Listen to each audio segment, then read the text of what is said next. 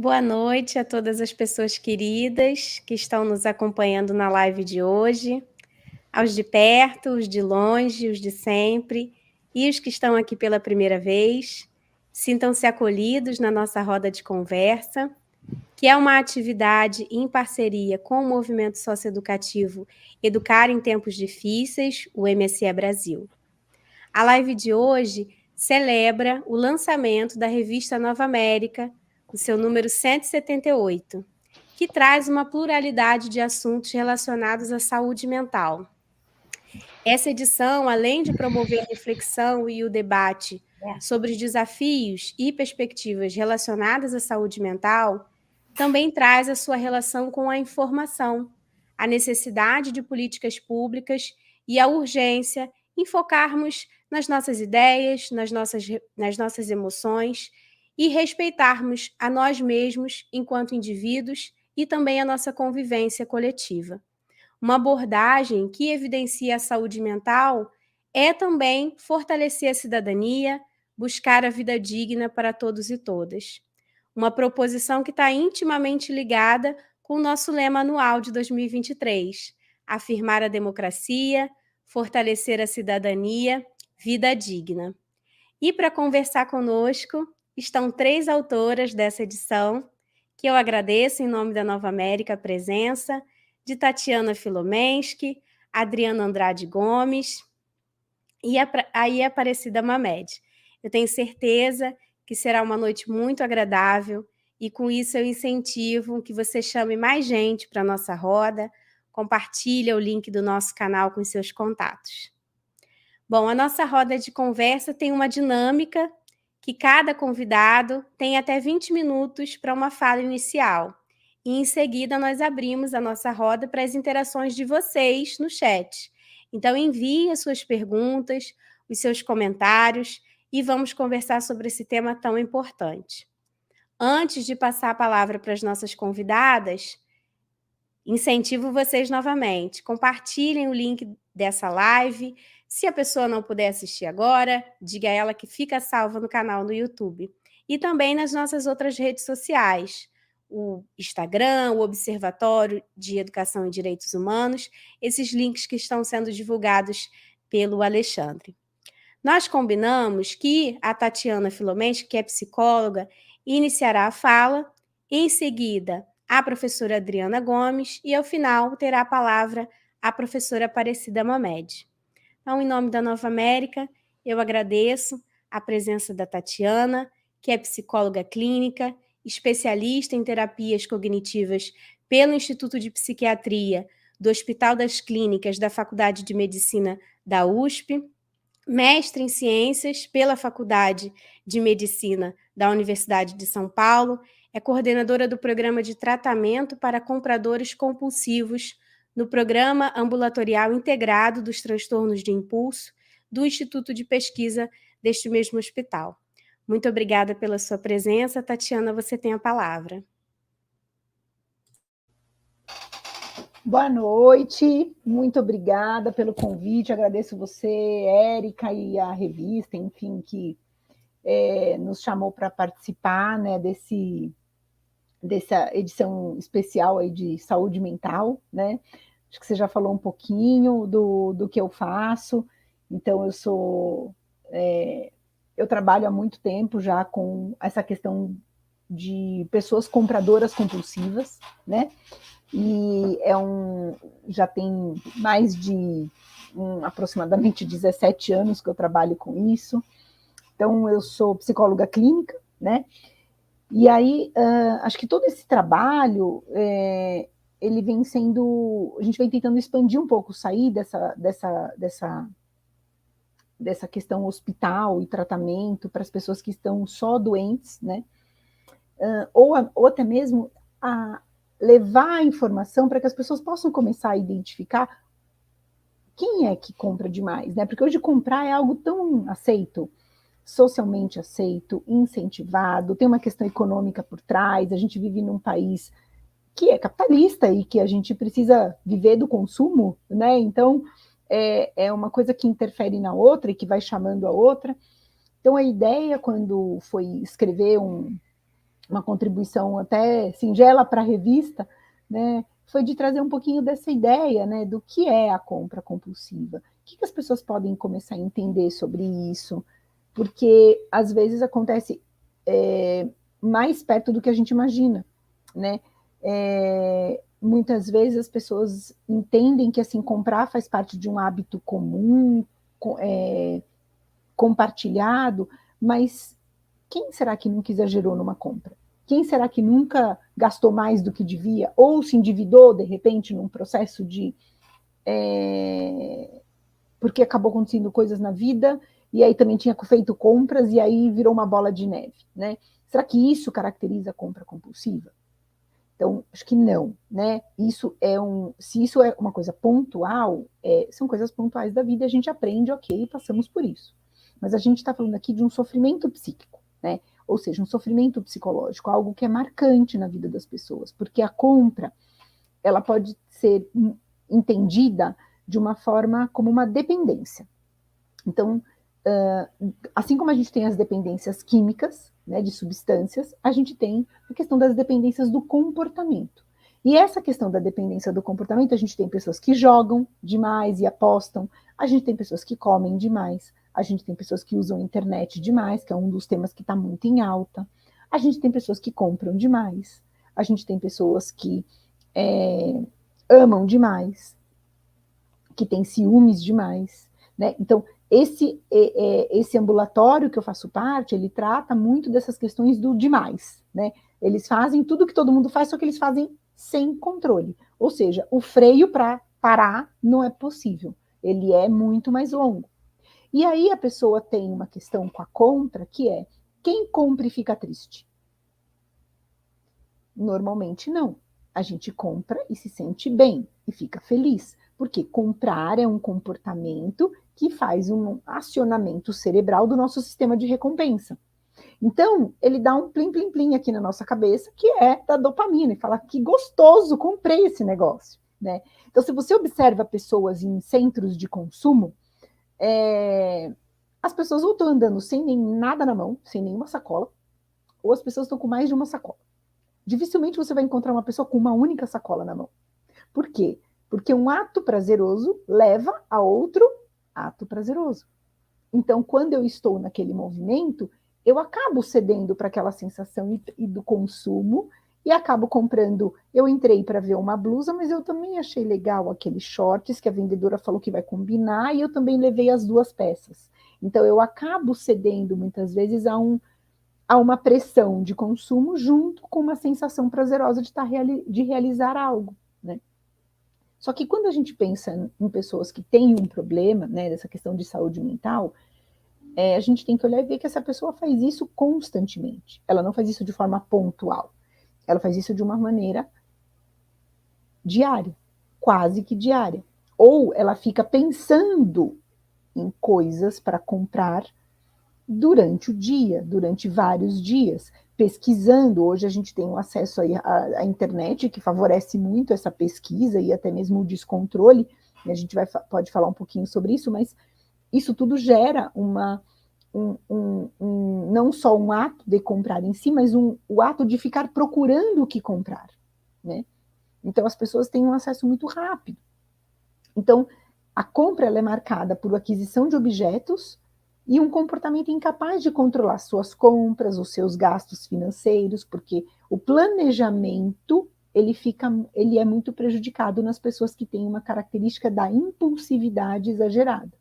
Então, esse é o ponto, né? A impulsividade fora de controle.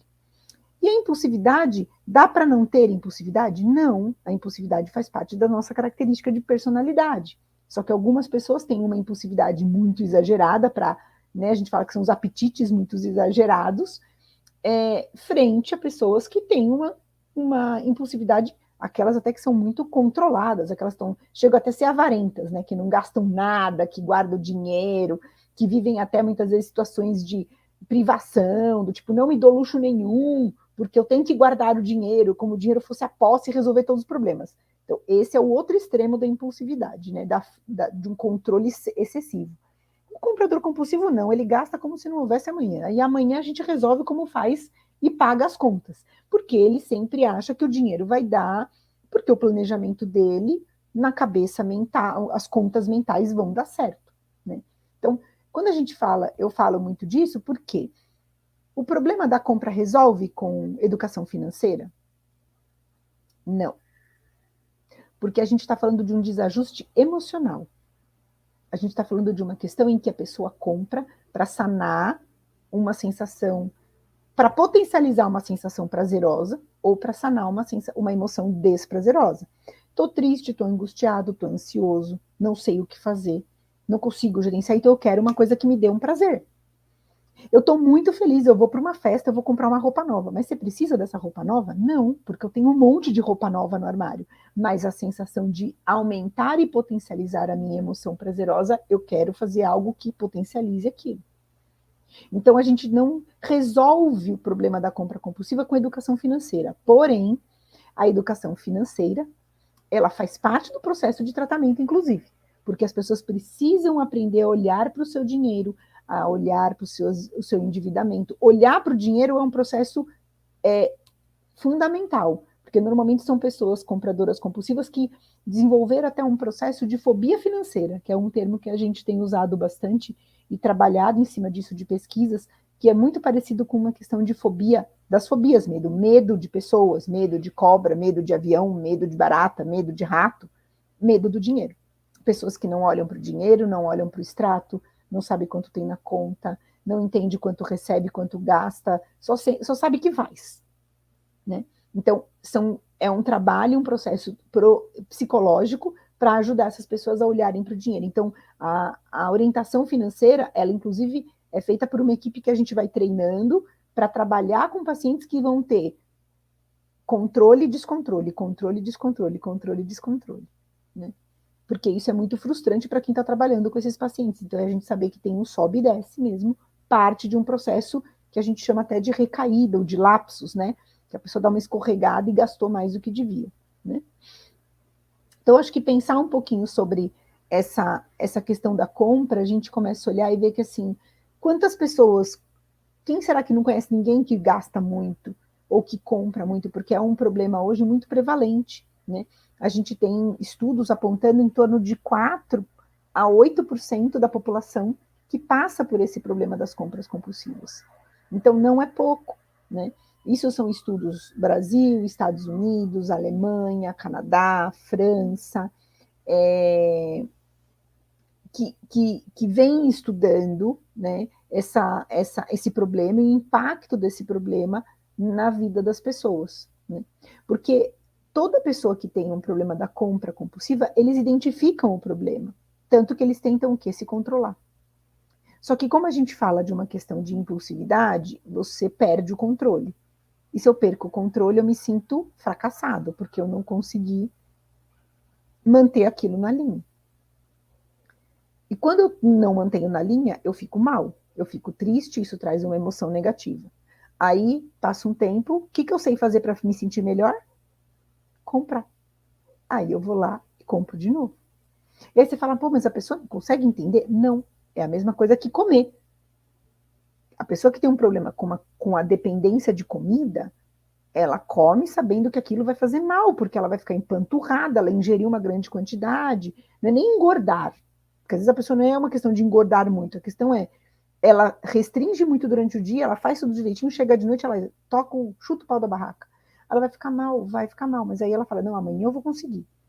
E aí cada dia que eu tento e fracasso, eu tento e fracasso, eu tento e fracasso, chega uma hora que é uma vida. São 5 anos, 6 anos, 10 anos, 30 anos, já perdi todo o meu dinheiro, já perdi a herança que eu recebi, gastei um apartamento, vendi um carro para pagar minhas dívidas, meu casamento acabou porque foram tantas brigas que o outro não suportou mais, né? O processo do descontrole. Então, nós estamos falando de consequências muito danosas, né? Eu estou falando de consequências que trazem muito sofrimento para as pessoas. Então, são pessoas que muitas vezes chegam para um processo de tratamento deprimidas. E a gente precisa sim olhar para a saúde mental delas, né, para o processo de depressão, para tratar essa depressão, para tratar a ansiedade que fica. Então, eu vou começar um tratamento como na dependência química. Quem nunca ouviu uma pessoa falar assim, não, ele falou que ia se internar, que ele ia tratar, que ia parar de usar substância X, mas antes de ir, ele foi lá e usou tudo. Teve uma noite da esbórnia. O comprador compulsivo tem o mesmo padrão. Antes de começar o tratamento, foi lá e comprou tudo. Falou, não, eu vou ficar agora sem comprar. Eu falei, mas quem disse que você vai ficar sem comprar? Porque aqui a gente está diante de um problema que traz um pouquinho de desafio, que é a questão da abstinência, né? Abstinência é o quê? É uma proposta que você faz para uma pessoa que tem um problema com dependências, que ela vai ficar sem o uso daquilo para a vida. Abstinência é isso, eu vou ficar sem usar. Então, eu consigo ficar sem usar o álcool, sem usar substâncias ilícitas, sem usar o cigarro, sem jogar apostando dinheiro, mas eu não consigo parar de comprar. Eu não consigo parar de comer. Eu não consigo parar de amar. Eu não consigo parar de fazer sexo.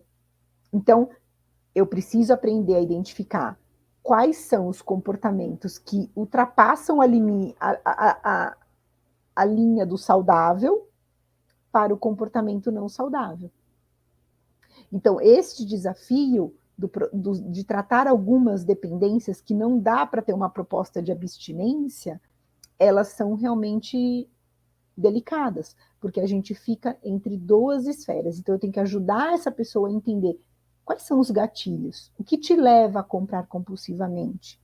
E aí você fala, Tatiana, tem um valor que define o que é compulsivo? Não. Porque o compulsivo não tem a ver com quantia, o compulsivo tem a ver com ação. Então, eu posso lhe dar exemplos diversos. Pessoas com diferentes níveis socioeconômicos participam dos grupos de tratamento. Então, eu vou desde profissionais domésticos, né, pessoas que trabalham na casa de alguém, até um profissional liberal como advogado sócio de uma empresa. Todo mundo no mesmo grupo. Porque o que compra,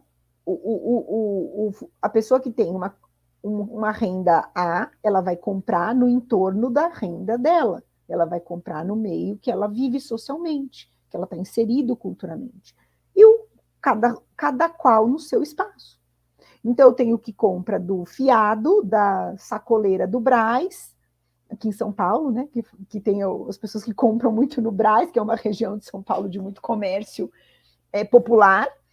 E eu tenho aquele que só compra porque ele viaja para fora, vai para o exterior e vai fazer compras lá. Então, só que proporcionalmente falando, o endividamento que essa pessoa tem é proporcional à renda dela. Emocionalmente, o impacto emocional que a pessoa tem ao não se controlar, ao perder o controle, ao se endividar de novo, ao comprar coisas repetidas, não usar o que compra, ter tudo escondido dentro do armário, é igual. Não importa quanto a pessoa ganha, porque o impacto emocional é o mesmo. Então, a gente trata todo mundo. Então, não tem uma quantia que define, são ações. Né? Então, quando a pessoa entra para comprar, tenho alguns exemplos, né? Tinha uma vez uma pessoa que foi definir, era um rapaz, ele ia comprar um terno, porque ele precisava de um terno, tinha sido planejado, pensou, conversou, viu valores e tal. Quando ele foi à execução do terno, de fato, ele voltou para casa com uma TV, sem o terno. Porque não achou o terno, viu a TV, estava em promoção, e achou que era legal, e etc. O outro foi comprar uma TV, só TV. E aí, quando chegou, falou, eu comprei a TV. E falei, e como foi o processo e tudo mais? Não, eu consegui, Tati, mas não deu certo. Eu falei, o que não deu certo? Ele falou, porque eu acabei comprando mais. Eu falei, já sei, você saiu de lá com o home theater e as caixas de som. Ele falou, foi exatamente isso, como você sabe? Eu falei, porque é o vendedor, vai te levar a você ceder a pressão de consumo. Então, tem alguns passos, né, que a gente sabe. Que a avaliação é inadequada, que você não avaliou suas posses, você se deixou levar pelo parcelado, por uma questão de comprar de forma sugestionada. Aquela, uma pessoa uma outra moça que foi comprar, entrou e não consegue escolher uma cor. Eu gostei daquela blusa verde, mas eu gostei da vermelha, da azul, da marrom e da preta, então eu compro todas as cores. Eu compro todas as cores do mesmo sapato. Ou eu compro vários sapatos. Eu comprei várias roupas, eu comprei 2 calças, 3 calças. Eu comprei, não serviu, eu voltei na loja para trocar e comprei mais 2 peças junto. Essa tática que a gente teve na pandemia, de você comprar online e poder devolver na loja física, virou uma loucura, porque as pessoas nunca conseguem achar quem consegue trocar um presente que ganhou na loja pelo mesmo preço. Se você não gostou da peça, você quer outra. Raramente isso acontece. Normalmente você tem que botar dinheiro. Ou o que você gostou custa mais barato, a loja não te devolve o dinheiro, você acaba tendo que comprar outra coisa para inteirar o dinheiro para comprar. Então são estratégias que te levam ao consumo. Agora, para o comprador compulsivo que faz isso constantemente, isso é avassalador. E aí ele envolve mentiras, ele passa a esconder da família, ele compra e não usa. E aí a pessoa vai se sentindo mal porque está escondendo do outro, aí o outro descobre, e aí pergunta assim, é novo? Não, não é novo, faz tempo que eu tenho. Faz tempo porque não usou, porque está novo. Então aí as pessoas vão perdendo a credibilidade dentro das suas famílias, então as famílias vêm buscar ajuda porque falam, ele é um sem vergonha, ela não tem caráter, ela gasta mais do que pode. Como que ela não faz a conta? Ela não faz a conta porque ela tem um problema de impulsividade, de planejamento e aquisição excessiva. Então, eu tenho uma necessidade de aquisição excessiva versus um planejamento falho. É uma combinação explosiva para o comprador compulsivo.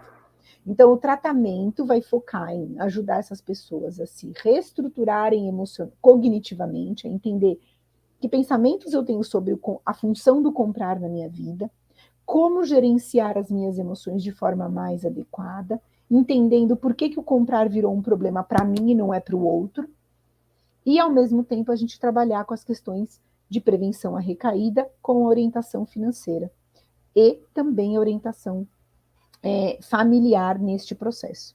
Então a gente é um trabalho que vai sendo composto por várias pecinhas do quebra-cabeça.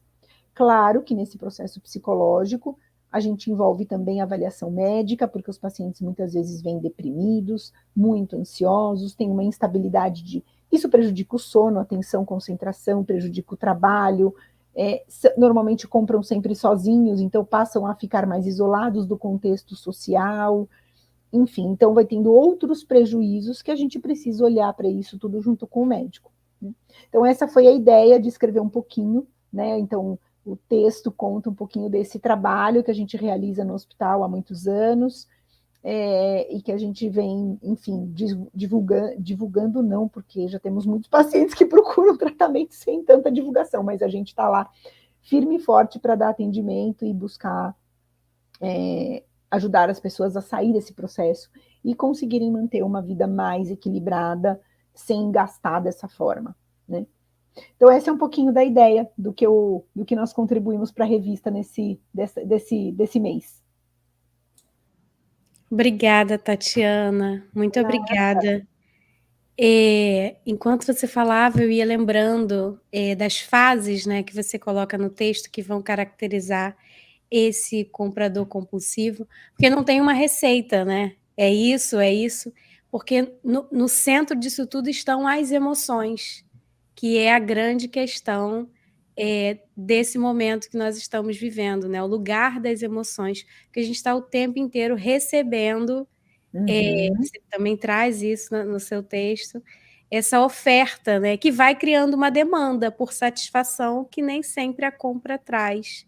Então, assim, muito bom ter você aqui, o seu trabalho, e a gente precisa realmente pautar isso, né? Eu sei que você já está recebendo muita gente, mas a gente precisa divulgar isso, porque é um sofrimento, né? E vai repercutindo nas famílias, né? Eu fiquei pensando nas pessoas que têm a convivência com essas pessoas, que Por isso que a têm gente transtorno de abriu. compra compulsiva, né? Por Então, isso que ao longo do tempo, Érica, a gente foi abrindo espaço para tratar a família. né? Por isso que hoje a gente no grupo tem o trabalho com os familiares, né? Para ajudar nesse processo. Porque a família acaba adoecendo junto, a família acha que vai ajudar a se emprestar o dinheiro e aí vira uma confusão, enfim, vira várias cobranças e tudo mais. Então, acho que esse ponto, quando você falou também um outro tópico, né, de hoje a gente criou as demandas, né? Esse mundo pós-moderno, assim, criou-se as demandas de consumo e de necessidades e de bem-estar e felicidade pautado nas coisas que eu tenho. Então está muito atrelado. Eu tenho que ter para ser. E aí isso se mistura com eu tenho que ter o cartão, porque eu tenho que ter o celular Y, porque tem que ter a facilidade da compra sim, da compra assado. Então, tudo isso vai sendo somado e acoplado nesse processo de busca de satisfação que se torna muito efêmero, né? Vai assim, né? Muito rápido. Sim. Obrigada, Tatiana. Nada. Na parte das perguntas a gente conversa mais. Bom, agora eu vou passar a palavra à Adriana, que é doutora e mestre em educação pela PUC-Rio. Foi aluna da professora Aparecida Mamed, conversávamos sobre isso aqui nos bastidores. É psicóloga e professora concursada na Fundação Osório e trabalhou como psicóloga na ONG Associação Beneficente São Martinho. E está aqui para conversar conosco também. Professora, a palavra é sua. Obrigada pela sua presença.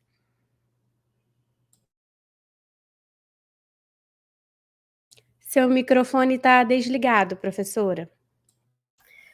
Então tá. Obrigada, gente, pela oportunidade de estar aqui para falar um pouco do meu trabalho, né, na Fundação e um pouco da minha experiência e de como eu estou entendendo a questão da psicologia dentro da escola.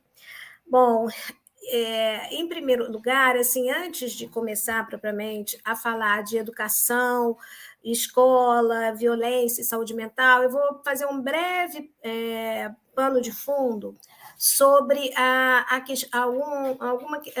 o que estaria gerando um pouco, né, essa modificação tão grande aí nos jovens hoje em dia. Então, a gente tem hoje, por exemplo, uma realidade que é bastante marcada pelo esfacelamento, né, dos valores, pelo esfacelamento das referências, né? Quem falava muito sobre isso era Zygmunt Bauman. Zygmunt Bauman, ele foi um filósofo, né, e sociólogo, e ele falou muito sobre a modernidade líquida, né? E toda a perda dos referenciais e da estabilidade num período mais recente que a gente tem vivido, né? E essa perda, né, em comparação com as relações estáveis que se havia antes, com as noções de compromisso. E o jovem hoje, ele é atravessado por uma série de imagens, né? O mundo está mudando muito rápido, tudo é muito veloz. E a gente vai observar, né, as famílias também, no meio dessa realidade tão mutante, tão agressiva em tantos aspectos, ela tem muito menos tempo para estar com seus filhos, né? Muito menos tempo para conversar, para dar apoio, para orientar. E a gente vê junto com isso, né, tem também a perda dos espaços de trabalho, né? Antes você tinha uma série de emprego, você tinha mais estabilidade, e hoje todo mundo tem que ser empreendedor, né? Empreendedor de si mesmo, fazer a si mesmo, o que é uma coisa muito difícil, né? E gera mais pressão, mais ansiedade, e vai gerar também mais competição, né? Se antes você tinha mais espaço de trabalho, hoje você tem menos espaço de trabalho, então você tem mais correria, né? Eu vejo os pais na escola tendo que fazer à noite, tarde da noite, cursos, né? Muitas vezes só podendo estudar agora, nesse momento, e com isso eles também com muito menos possibilidade de orientar seus filhos e de entender o que está se passando com eles, né? Junto a isso, a gente tem no nosso país a desigualdade social, né, que é bastante grande, que a gente não conseguiu ainda diminuir, uma distância, né, entre pobres e ricos, gerando também conflitos sociais entre as classes e tudo. Então, você tem uma realidade que ela é violenta. Ela é violenta, ela é disruptiva, ela atrapalha totalmente a estrutura mental do sujeito, né? E aí eu vou chegar onde eu estou querendo falar mesmo, que é sobre a minha experiência, que eu estou há 18 anos, né, na Fundação, e lá eu trabalho como psicóloga e como professora. A escola, ela tem ensino médio, ensino fundamental e curso técnico. E eu dou aula no curso técnico de meio ambiente, no curso técnico de contabilidade e dou aula também de projeto de vida. E atuo também como psicóloga, né? Eu trabalho diariamente. Bom, então, como é que a gente vai ver esses adolescentes? Por eu estar em sala de aula, eles vão me conhecendo, primeira coisa, né? Então, eles vão vendo quem é a psicóloga da escola, porque eu estou nas salas, né? Eu estou dando aula, no primeiro ano do médio e no segundo. E eu vou observando, e é notório, o crescimento de uma série de disfunções e de transtornos mesmo emocionais, né? Transtornos mentais. Então, a gente vai observar o crescimento da ansiedade generalizada, né? De síndrome de pânico, de fobias. Vamos observar também a depressão, muita depressão em jovens de 15, 16 anos, inclusive com atos de automutilação. Tem vários casos. E aí, o que eu pensei? Eu não quero ficar só dando aula, né? E eu comecei, então, com uma salinha que eles me deram na escola, a criar um espaço para receber esses alunos que estão vivendo alguma dificuldade emocional e precisam e querem falar, né, das suas dificuldades. E aí, como é que a coisa vai acontecendo, né? A escola precisa de alguém que vá ouvir os alunos e vai dar algum encaminhamento, alguma direção a toda a problemática de transtornos que estão acontecendo, porque tem sido bastante alto o número de adolescentes que estão chorando, né, que estão, como eu falei, com medos, que estão faltando à escola, que estão desestruturados, né, desamparados mesmo. E aí, eles, na medida em que eles vão me conhecendo, eles começam a chegar à minha sala querendo ser escutados. E o meu trabalho, então, começou assim, né, abrindo um espaço para ouvi-los, para acolhê-los. E aí eu comecei a pensar, bom, eu não vou poder atender todo mundo, né, fazer clínica na escola exatamente, mas eu posso começar a escutar, porque a gente sabe, né, quem estudou psicanálise e tudo, a importância da palavra. Eu acho que toda a terapia passa pela palavra, né, cognitiva toda, a gente tem que falar, a gente não pode estar preso. E esse adolescente de hoje, eu estou falando basicamente do adolescente, ele não tem para quem falar, porque ele está... os pais estão com pouco tempo para ouvi-los, né? A sociedade está todo mundo correndo. E os amigos não vão, né? Até alguns conseguem falar para os amigos. Mas você tem... Então, eles buscam muito terem alguma referência de um adulto para poderem comunicar o que eles estão sentindo, que muitas vezes eles nem sabem o que eles estão sentindo, eles só sabem que tem um mal-estar dentro deles. E a partir desse momento em que eles começam a me conhecer e a desenvolver uma relação de segurança e de confiança, eles começaram a vir à sala. E aí eu vou observar o seguinte, muitas vezes, por exemplo, eles trazem, vamos supor, uma temática que é bastante comum, a temática da homossexualidade e das dúvidas em relação à sua própria sexualidade ou a rejeição familiar em relação às opções que o jovem está fazendo, né? Famílias que não aceitam, mães e pais que não aceitam. E então eu converso com esse jovem, vamos chamar sua mãe, seu pai, eu vou ajudar, vou intermediar para que a gente possa conversar com seu pai sobre isso, a sua mãe, né? Ou vou conversar sozinha, também já aconteceu, de acordo sempre com o que ele deseja e a demanda do jovem. Sempre, eu acho que esse é o grande ponto, que as escolas, em geral, elas sempre fazem a questão de diagnosticar e de, assim, com muita rapidez, e não ouvir e julgar, principalmente julgar. E o jovem não quer ser julgado, ele precisa ser ouvido, ser acolhido, ser compreendido. E é esse primeiro espaço que eu vou dar. E aí ele vai, como eu estava falando, ele vai falar das suas dificuldades, dos seus conflitos.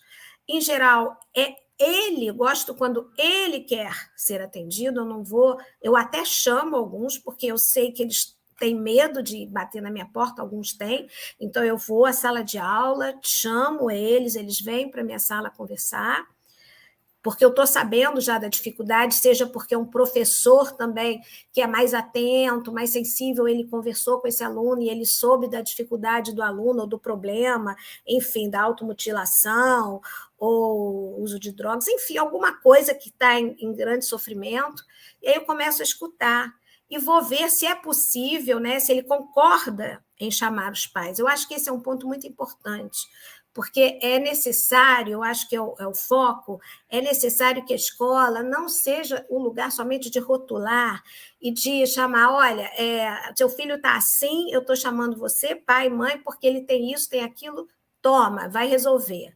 Não, eu comecei a receber para apoiá-los, para começar uma ajuda que seja terapêutica.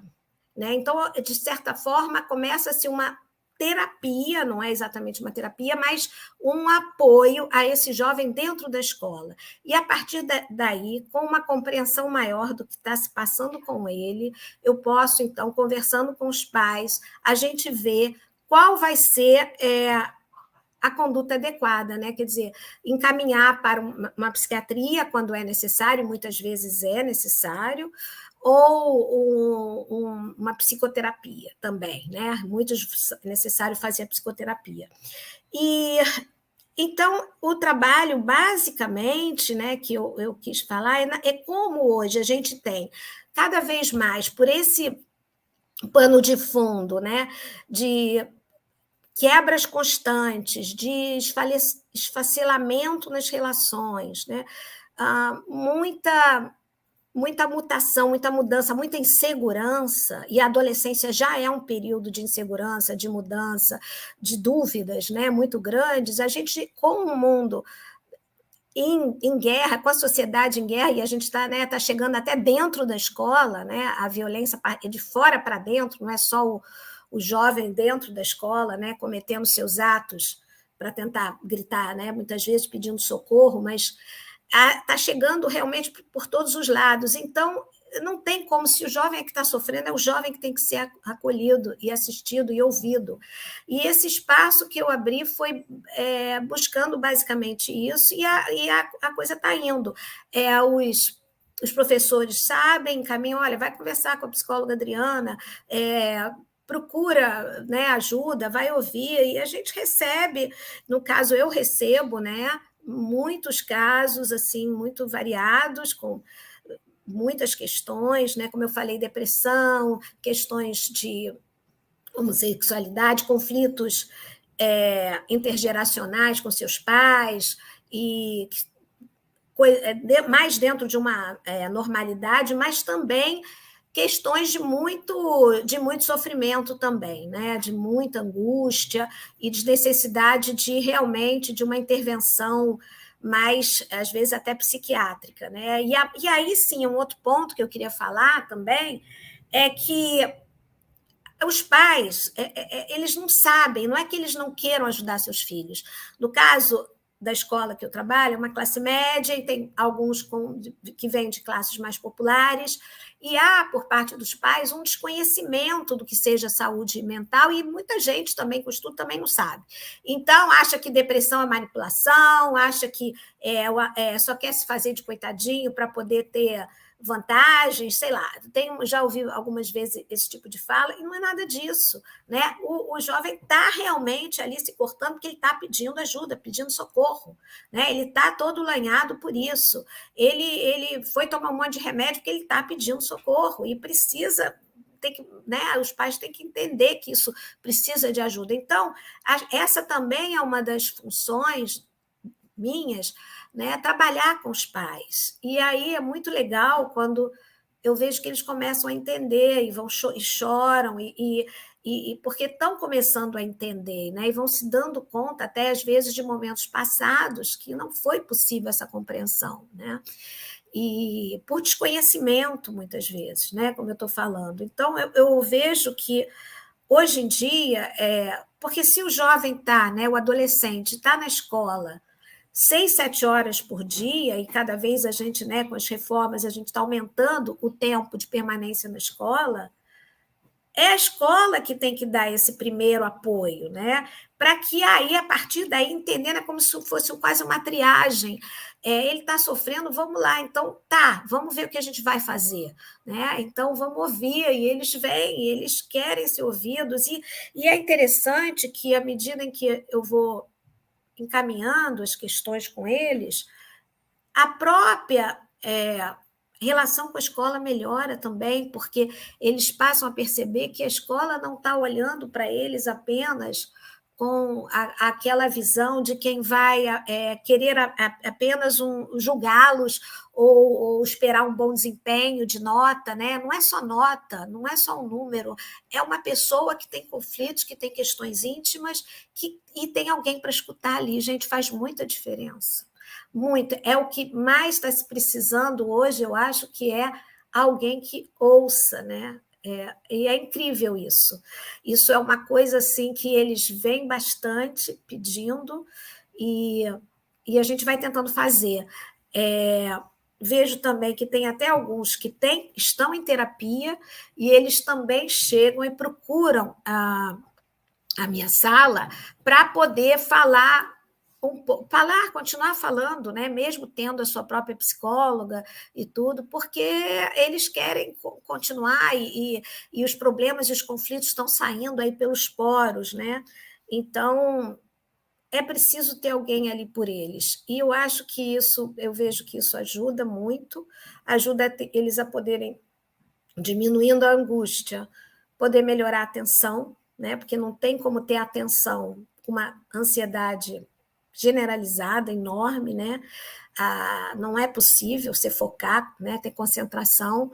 Então, na medida em que há um escoamento, né? E um trabalho sobre essas questões emocionais, eles começam a poder ficar um pouco melhor para poder até participar da aula e aprender alguma coisa. Então, eu acho que esse é um ponto crucial, né? No meu trabalho. E até também porque a gente sabe que nem todo mundo tem plano de saúde, nem todo mundo vai ter acesso à saúde pública, né? Que é uma questão também difícil, muitas vezes, para conseguir essa consulta psiquiátrica ou psicológica, ou principalmente se for um acompanhamento, né? Então, contínuo. Então, o trabalho visa isso, visa esse primeiro olhar, essa primeira acolhida, para que esse jovem se sinta menos sozinho, menos perdido, né? E possa até conversar melhor com seus pais compreenderem o que está se passando, e a gente poder ter um encaminhamento, né, para o atendimento que ele precisa realizar. Isso, no caso, estou falando do trabalho individual, né? O trabalho coletivo em sala de aula acontece. Como eu dou aula de psicologia, vou falar agora um pouquinho, né? Se ainda tem um pouquinho de tempo, faltam 5 minutos, você já falta menos de 5 minutos. Tem também o trabalho nas aulas, eles também, só lembrando então só isso, nas aulas de psicologia, eles também têm uma noção, né? Começam a ter uma noção de como funciona a mente, né? E o cérebro, né? E como que as emoções, como elas são, e tudo, os transtornos. Então, eles começam também a se interessar mais, a poder falar de si mesmo e olhar para si mesmo. Então, será que eu estou com isso? Será que eu estou com aquilo? Será que eu posso falar disso? Né? E aí é isso. Então, também, eu acho que as aulas contribuem para esse olhar sobre si mesmo e sobre a realidade que eles estão passando. Né? E algumas atividades coletivas que outros professores também realizam, que os professores realizam também, com projetos, com dinâmicas de grupo, né, também endereçam um pouco essas questões emocionais e os transtornos. É isso. Obrigada, gente. Obrigada, Adriana, pelas suas reflexões. Muitas coisas acho que a gente pode comentar sobre esse espaço da escola e o quanto um espaço de escuta qualificada, né, que é um pouco do que você vai trazendo do seu trabalho, pode contribuir para amenizar dores, né, que estão nesses adolescentes, né? Porque eles têm que lidar com esse estereótipo de que não gostam de nada, que são a revelia de tudo, mas na verdade o que pode estar ali por trás é esse grito em relação à saúde, né? A saúde mental, a saúde psíquica nessas relações. Muito obrigada pelas suas reflexões. Antes de passar a palavra à professora Aparecida Mamed, eu gostaria de dar boas-vindas aos estudantes de graduação e pós-graduação que estão conosco na live e dizer, né, que acompanhem, que fiquem atentos, porque o link para solicitar a declaração de participação vai já ser colocado no nosso chat. E falando no chat, eu lembro também, já vi que tem ali algumas perguntas, os comentários.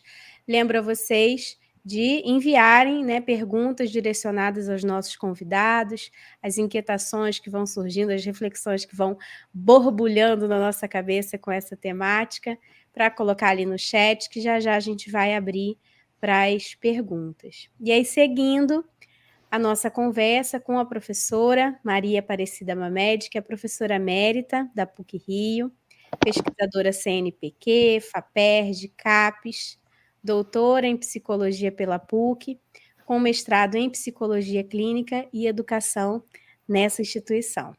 Professora, muito obrigada, a senhora tem a palavra. Bom, eu queria agradecer e dizer a vocês que eu fiquei com uma batata quente, porque o meu artigo não trata exatamente de uma temática, como eu diria assim, de um campo, é muito mais uma reflexão. Achei muito interessante, né, essa combinação de Tatiana com a Adriana e comigo, porque elas trazem exatamente os dados da empiria.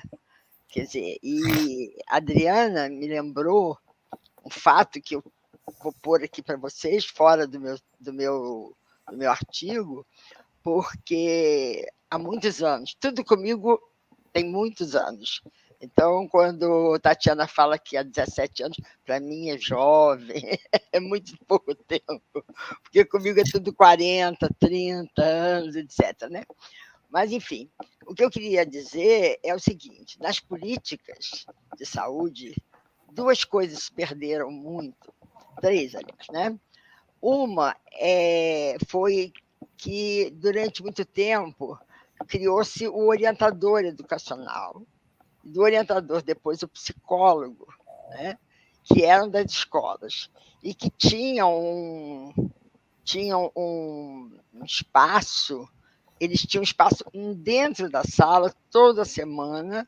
Eu mesma fui psicóloga de uma escola durante 20 anos, uma escola pública de segundo grau, de ensino médio atual, e era exatamente desse conviver dos corredores, de estar nos vendo sempre, que trazia essa possibilidade de entrar na nossa sala para conversar, sem ser aquela coisa de estar com medo, né?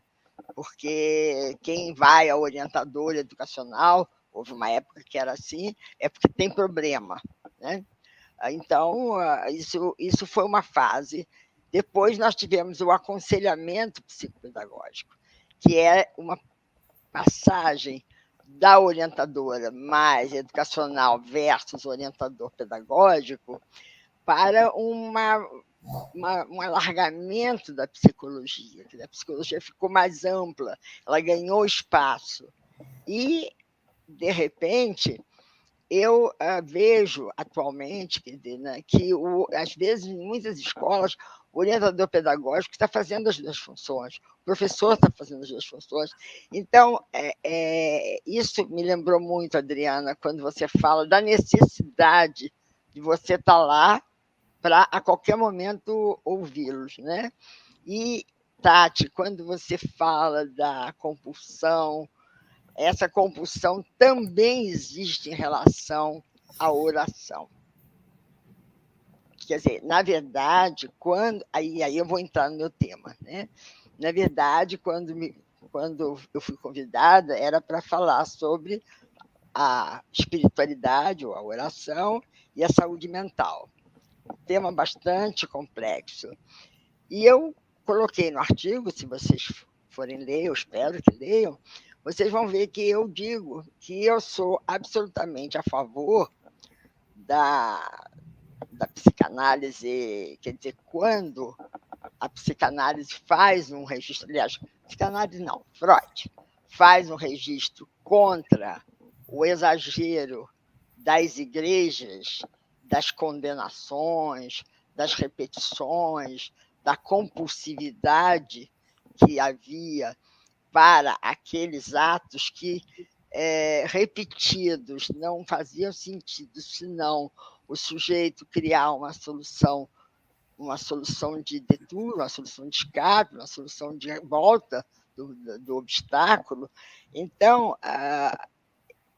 eu passo por outro lado, que é a espiritualidade vista como, ou a oração, vista como um olhar sobre o outro.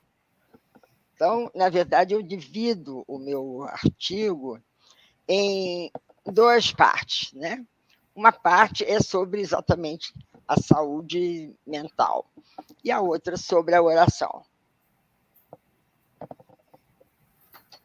Na verdade, eu acho que o que mais me tocou nessa vida inteira é não saber nada. Quanto mais eu desdobro, né, a teoria da complexidade, a teoria, todas elas, né, de um modo geral, eu percebo o quanto a ciência engatinha frente à complexidade de uma organização, né, que o Ilia Prigogine chama entre tempo e a eternidade. Realmente, esses conceitos são muito complexos. A própria teoria da complexidade é complexa. Mas o que me encanta não é... Não, eu não quero entender só a complexidade, porque ela é praticamente ainda ininteligível. Mas o que me encanta é por quê, o que, né? O que faz esse universo, a Terra, o ser humano, o micro-organismo, um vegetal, o que faz estar sempre, todos eles, dentro de uma teoria de equilíbrio, explicada pelo equilíbrio. Quer dizer, há um equilíbrio, há uma certa conformidade de processos que aparecem, né, nos vegetais, aparecem nos animais, aparecem no ser humano, aparecem no universo. E quando a gente pensa que o universo está explorado, não, a gente não tem noção, porque cada vez mais se descobre mais, porque os nossos aparelhos ficam melhores. A mesma coisa é o microcosmos, quer dizer, nosso universo. Eu fiz, há muitos anos atrás, uma cirurgia de coração. E quando eu entrei na sala de cirurgia, logicamente, o colega, o médico, a equipe médica que estava na parte de anestesia, ela conversava, que é para diluir um pouco a tensão do local. E quando eu entrei, eu vislumbrei assim, umas manchas de todas as cores, a coisa mais linda, mais fantástica. E elas mudavam, sabe? Elas mudavam de tom. E eu perguntei a ele, aliás, perguntei não, eu disse, vocês vão logo colocar isso para eu ir me acalmando. Ele olhou para mim e disse, não, isso aí é o seu cérebro funcionando. Eu estava diante da minha própria, no mapeamento funcional do meu cérebro, onde E aí eu gosto muito de amarelo. Amarelo e azul, gosto muito. Eu sou Van Gogh. Mas, de repente, a zona amarela estava muito grande, e eu aí disse, mas que amarelo bonito. Ele disse, esse amarelo temos que diminuir um pouco.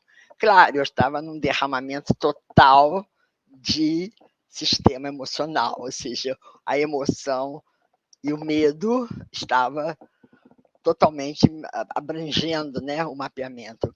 E aos poucos, então, foi diminuindo, logicamente, pelas próprias medicações e pela própria conversa. O tempo todo eles conversaram comigo até começar a cirurgia. E esta equipe, depois eu soube que antes de começar a cirurgia, elas paravam para fazer uma meditação, para se perceberem qual era o papel delas ali no momento que começava a cirurgia. Era uma cirurgia que, na época, durava 4, 5 horas. Então, quando estava para terminar e quando voltaria o pulmão, o coração, que estava pulmão artificial, o coração artificial, quando voltava tudo para o meu organismo, era um momento mágico que o maestro, que era o cirurgião, naquela equipe imensa, ele olhava todos, fazia um átimo de silêncio e dava o comando para tudo voltar ao lugar. Então, segundo eu fui informada por eles depois, era um momento mágico.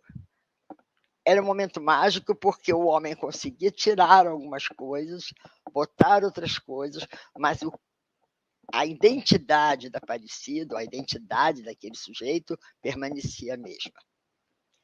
Nós temos, ao mesmo tempo, um outro exemplo, que não está no artigo. Um exemplo que eu tenho de um amigo que está em Barcelona, um amigo que é um grande psicólogo, ele é um grande pesquisador, e ele hoje, por força de uma doença que ele teve que fazer um transplante de medula. E agora ele se vê com 2 DNA, porque o DNA dele, original, e o DNA do doador. Então, nós brincávamos, qual é o barco de Teseu? Né? Aquela história grega que Teseu vai substituindo as peças do barco, e quando ele chega no porto, ele está com um barco inteiro modificado. Mas uma pessoa que vinha atrás vai pegando os pedaços dele e vai formando outro barco. Então, são 2 barcos. Qual deles é o de Teseu?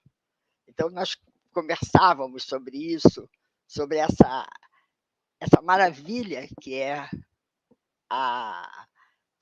o processo da criação. O processo da criação. Diante disso, né, eu começo o artigo dizendo que um professor meu, Carlos Paz de Barros, que provavelmente Adriano ouviu falar, né, na PUC, era um grande mestre, um dos criadores do departamento de psicologia, ele foi meu orientador no mestrado e doutorado, e ele contava numa sala dizendo que estava lá falando sobre a teoria da complexidade, e um colega nosso, aliás, um grande, depois se tornou um grande psicólogo, hoje já falecido na Covid, ele perguntou, mestre, então, o senhor está insinuando para nós que existe um ghost, existe um fantasma, mas aí um ghost no sentido de um fantasma organizador, de um grande organizador. E aí, Carlos, com aquela simplicidade dele, virou para trás, olhou para a turma inteira calada, e disse, e não há? O silêncio permaneceu, mas eu nunca mais esqueci disso. Eu acho que nós ainda não chegamos à essência do mundo, à essência do ser.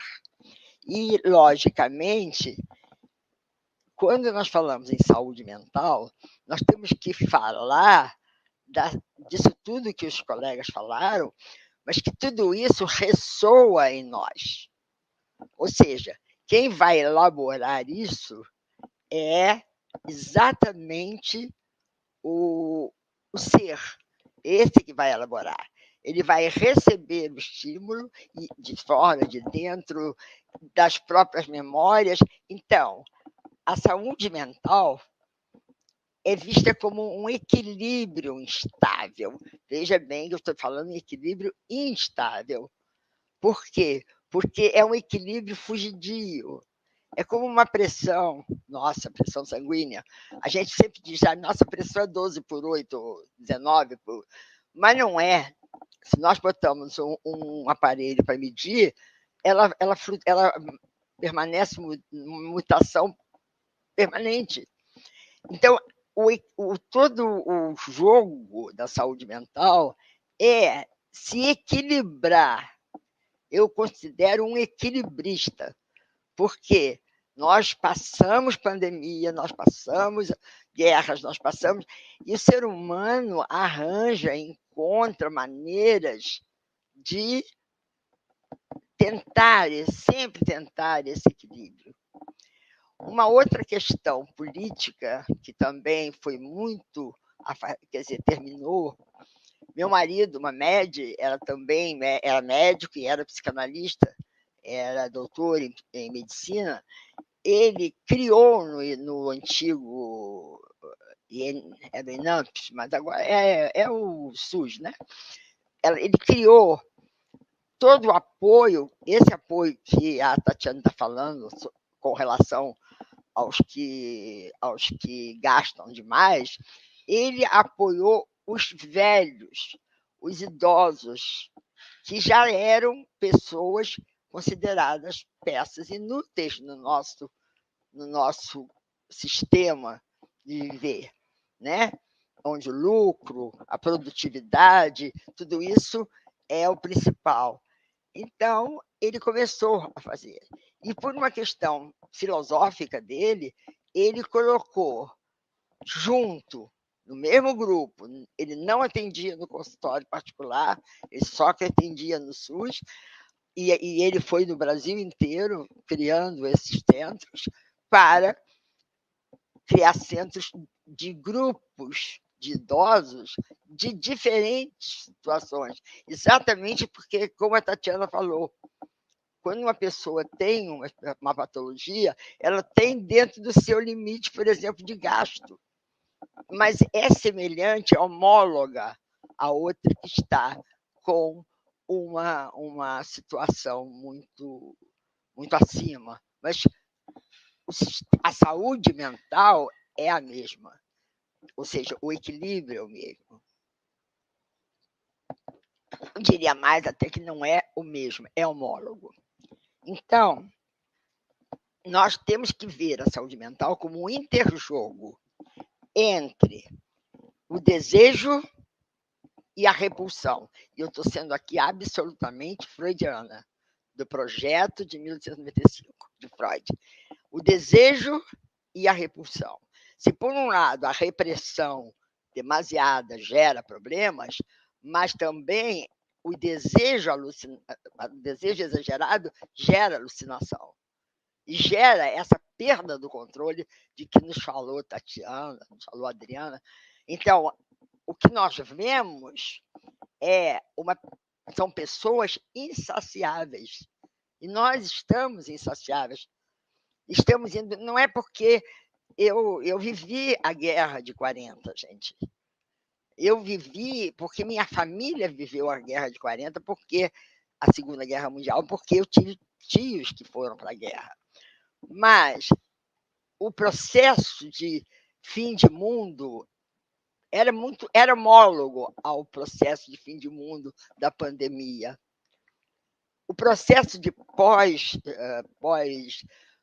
pós-guerra foi o mesmo processo de loucuras totais, né, que aparecem com as drogas, etc., que houve também nos Roaring Twenties da década de 20, e que, pós-pandemia, não só estão aparecendo doenças novas, como estão aparecendo também situações novas que recrudescem as situações antigas, ou seja, aumentam, potencializam. Então, é proibido proibir, é proibido. Então, E isso não é sadio, porque, na verdade, existe o freio do desejo, é a repulsão satisfatória. Então, essa equilibração fugidia é o tempo todo a luta do desejo e a repressão, ou a repulsão, como queiram chamar. Mas, de qualquer forma, é isso. E aí entra a oração. Quer dizer, o que nós temos a falar de oração, né? A oração, aquela oração de uma igreja que repete por repetir, se ela é mântrica, ou seja, se ela é mantra, ela tem um efeito dentro da a neurociência está mostrando isso, dentro do sistema límbico, porque o sistema límbico, que não era absolutamente valorizado, né, antigamente na educação, em todas as épocas antigas, do século XIX, do século XVIII, que era a cognição, nós sabemos hoje que o sistema límbico faz parte do processo decisório. E dentro do sistema límbico, que era assim, um sistema ancestral, primário, hoje nós sabemos, Antônio Damasio está aí para oferecer a vocês uma farta documentação. Então, eu mostro vários trabalhos do Brasil e no mundo, né, dentro do artigo, de que a oração é um momento de recolhimento, ela é um recolhimento para a busca do equilíbrio. Se ela é feita como um mantra, ela tem um outro efeito, mas não é desse que eu estou falando. Eu estou falando da oração, e eu vou repetir aqui o que está no texto, é deixar-se atravessar pela vida, sempre buscando o equilíbrio de doação ao próximo. Então, a gente tem muito mais do que ver o que está me faltando, é o que eu posso, eu até acho que em que eu posso ajudar você, mas em que eu posso ajudar você, não necessariamente por razões materiais, mas eu olho o outro com outro olhar. Eu acho que os cientistas provam, e aí vocês têm algumas referências que eu dou, que há muitas melhoras nas pessoas portadoras de doenças que se dedicam a olhar o outro. Por exemplo, eu tenho muita experiência de enfermaria. A enfermaria, ela aparece muito nessas enfermarias, que são muito mais populares, existe uma troca de ajuda muito grande. Eu tive um cunhado que se casou na enfermaria. Foi todo um movimento da enfermaria, porque ele estava muito mal e queria casar com a companheira dele já de mais de 20 anos. Então, nós promovemos a parte legal e a parte espiritual dele, né? Que ele queria um sacerdote. Mas, e principalmente, o que me mais encantou foi que da florzinha da mesa ao vestido da noiva, que foi um vestido mais bonito, ao cabelinho de uma senhorinha de quase 80 anos, e ele já com 90, tudo aquilo foi um mutirão tão bonito e tão bom, que uma enfermeira, quando nós estávamos partindo o bolo, porque até bolo houve, uma enfermeira disse para mim, é engraçado, desde que nós pensamos e trabalhamos para o casamento do senhor Alexandre, a enfermaria está em paz. Eu acho que isso é um dado empírico. Eu, como pesquisadora, não posso deixar de assinalar esse dado empírico. Desde aquele profissional do Dr. Carlos, que disse que tem um ghost que organiza, até esse dado também empírico de uma enfermeira de um hospital subdesenvolvido bem do subúrbio do Rio de Janeiro, ela dizer para mim: desde que nós pensamos nisso, nós estamos em paz. Ora, esse tipo de mutirão, de oração, de olhar o outro, de se encontrar no outro, eu acho que isso é a saúde mental que nós buscamos pela oração. Não que a oração repetida não tenha o seu valor, mas ela atua no outro lado. E eu acho que vocês têm uma quantidade enorme de trabalhos no Brasil, em Filadélfia. Eu pessoal, vou terminar dando a vocês uma coisa que eu achei assim, muito interessante. Eu tive contato com um professor, aliás, com um neurocientista, né? Ricolcati. Ricolcati, ele fala sobre a tese de Niccolò Terminio, que ele chama a atenção de que rezar é uma nova maneira valiosíssima, porque traz o processo de criação.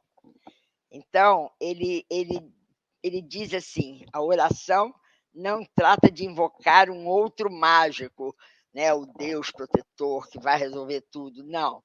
Mas ele diz que é entregar-se ao silêncio, e o primeiro passo é consolidar o outro da fé com imagem, não com a imagem paterna idealizada, mas preencher a falta do outro. Então, do momento que você se debruça para o outro, você começa a se equilibrar dentro de si. Então, foi muito difícil esse tema para mim, para manter a ciência, né, e não simplesmente ser um dogma de fé, mas a ciência. E agora eu fiquei maravilhada e agradeço a Nova América por ter me propiciado fazer tantas pesquisas que, depois que entreguei o artigo, eu agora estou continuando a ler sobre isso. E agora entrei em contato com esse italiano que me encantou por essa... É uma preciosidade, é um livro bem pequeno, mas é uma preciosidade. É só isso. Professora, nós quem agradecemos a sua contribuição, e é impressionante como a sua conexão, né, com o texto, com as suas experiências de oração, como isso nos afetam, né, e nos trazem um equilíbrio para a nossa saúde mental, né, como a sua experiência nos coloca em contato com esse recurso, né?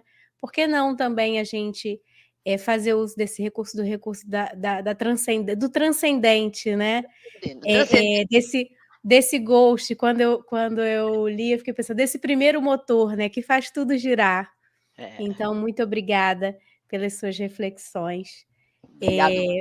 Seu texto é muito genuíno, muito amoroso e atravessa a gente, reenergiza, reequilibra a gente, né, como as palavras do próprio texto. Bom, enquanto as pessoas que estão no chat se animam, né, para escrever as suas impressões, os seus atravessamentos, as suas inquietações, as suas perguntas, né, lá no chat, eu vou aproveitar esse espaço aqui para divulgar a nova publicação organizada pela professora Vera Candor, que está conosco, né, sempre presente nas lives da Nova América. Essa é uma publicação coletiva sobre a relação entre processos educacionais e cultura, desenvolvido pelo GESEC, que é o grupo de pesquisa da PUC-Rio, e contou com a participação de professores universitários, alunos de mestrado e doutorado, pós-doutores e também profissionais da educação básica. Então, são textos todos de autores comprometidos com uma educação transformadora para uma sociedade justa e solidária. Esse livro, na sua versão e-book, ele é gratuito. E o link pode ser acessado aí no chat. O Alexandre deve estar colocando disponível para vocês. Então, é só clicar no link, que a versão e-book, vocês podem fazer o download. A versão física pode ser adquirida no site da Nova América, que também está disponível para vocês, aí no nosso chat, certo? Então, façam o download, compartilhem nas suas redes. O importante é que esse lançamento chegue aí ao conhecimento de todos, assim como também os textos, né, que nós repercutimos aqui na nossa live, quanto material importante para apoiar os nossos trabalhos, as nossas pesquisas e a nossa prática. Bom, vamos então ao momento das interações. Eu cheguei a ver uma pergunta lá no iniciozinho, até conversei aqui no nosso chat com a Tatiana, né, Tatiana? Tinha uma pergunta que era direcionada a você. Deixa eu ver se o Alexandre consegue favoritar ela aí pra gente, Alexandre.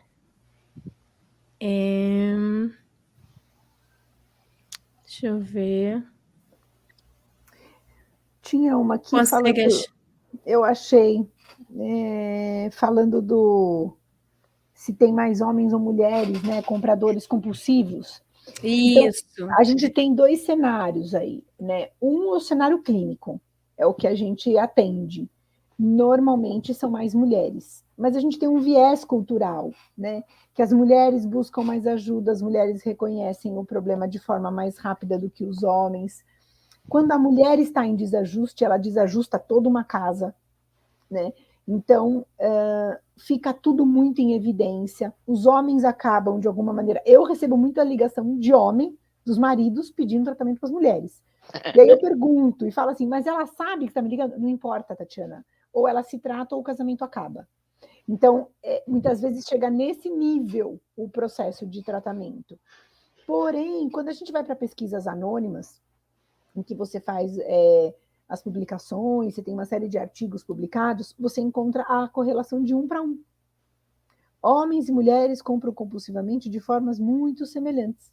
Só que os homens têm uma dificuldade as mulheres têm mais... Não se fala sobre dinheiro em casa, não se sabe quanto ganha, não chega com tanta facilidade, muitas vezes fica mascarado a compra ou o gasto, porque fica em objetos menores, gastos maiores.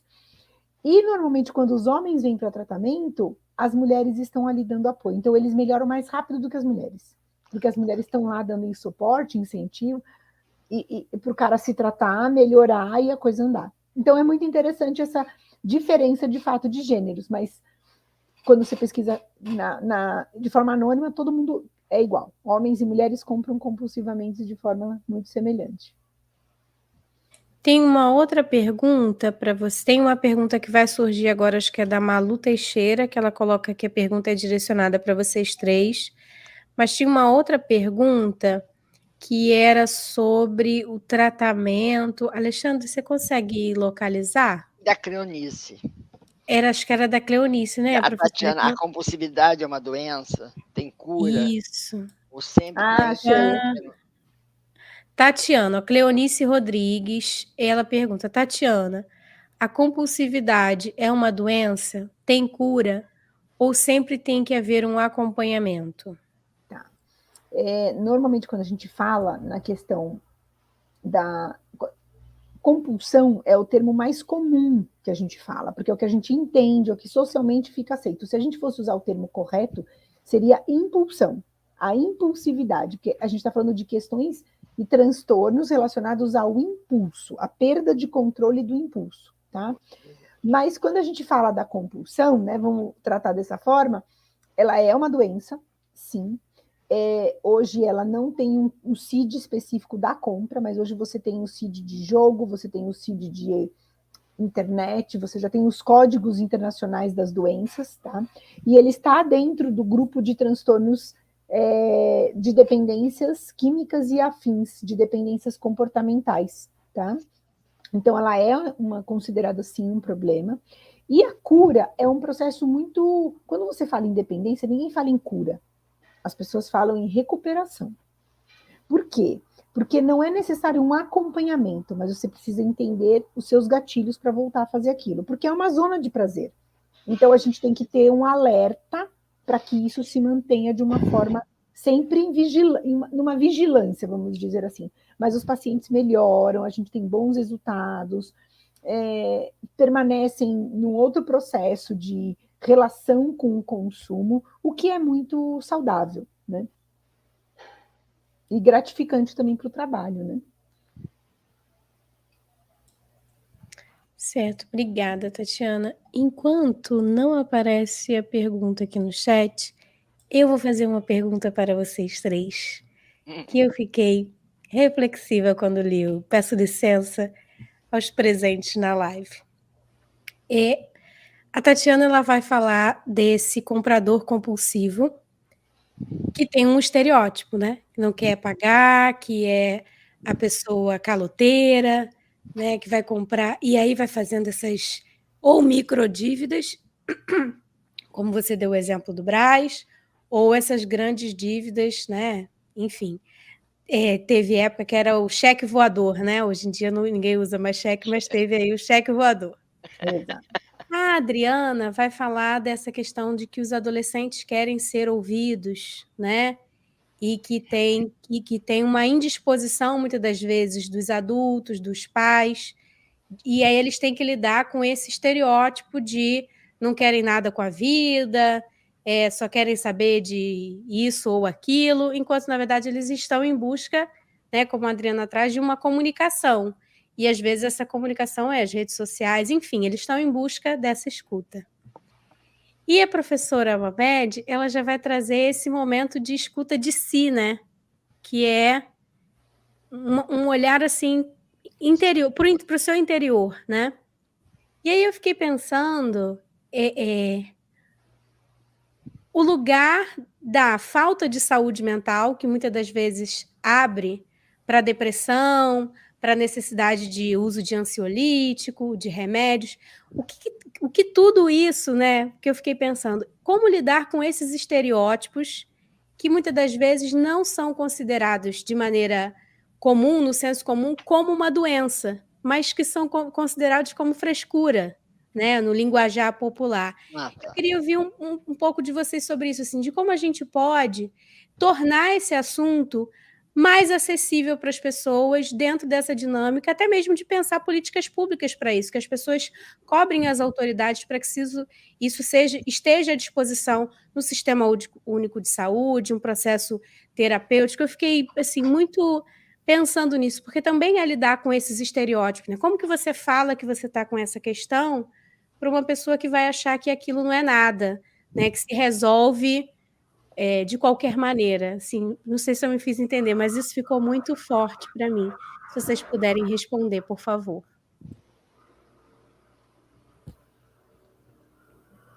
A gente pode manter a ordem, pode ser Tatiana, Adriana e... Se ninguém quiser fugir da minha pergunta, pode ser Adriana, Tatiana, Adriana... Não, pode deixar elas começarem. Pode deixar.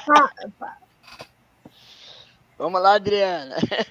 Bom, assim, essa questão do estereótipo que você está falando, né? E às vezes nem. Eu pensei o seguinte: por exemplo, no caso dos adolescentes, muitas vezes os pais não veem o sofrimento deles como alguma coisa relevante, entendeu? A ser endereçada, a ser tratada, né? Acham que não está acontecendo nada, ou que é frescura, ou que é uma forma de manipular, entendeu? Então, você, no caso, um profissional de psicologia vai ter que trabalhar com esse pai isso, né? Com esse pai, com essa mãe, e isso acontece bastante, deles pedirem ajuda para mim, para poder esclarecer os pais, né? Ajudá-los a falar de que o que eles estão sentindo é uma dor real, né? E que precisa de um tratamento.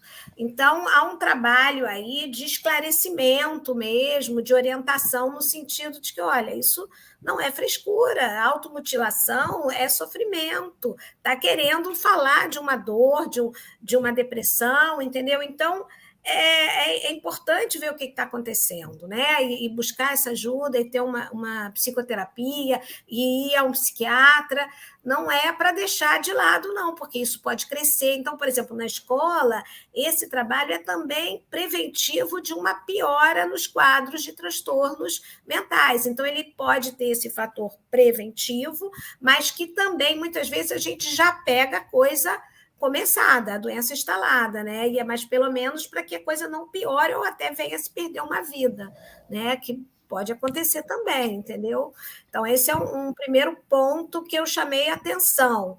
E eu não sei se eu posso, mas eu fiquei assim com vontade de fazer uma pergunta para a Tatiana, porque eu acho interessante que eu já vi algumas pessoas com essa questão de serem compradores compulsivos, e assim, não tem, quer dizer, por exemplo, que tem pessoas que acho que toda compulsão, as pessoas elas muitas vezes elas não admitem, né? Não admitem que estão com esse sofrimento, né?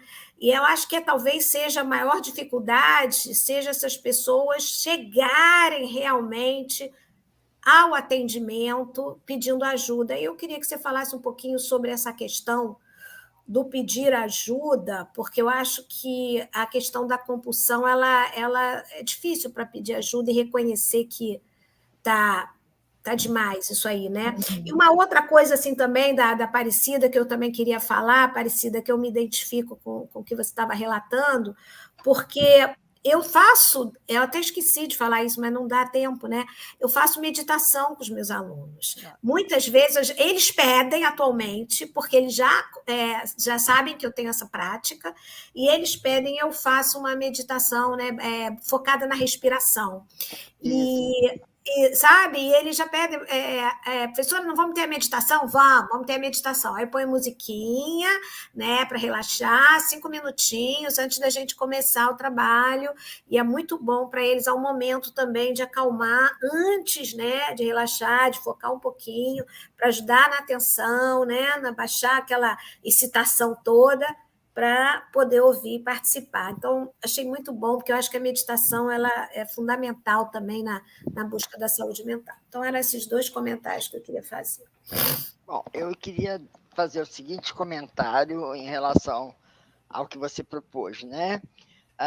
Eu esqueci de falar que quando eu falei das políticas públicas que tinham todo isso que a Adriana está falando de forma fantástica,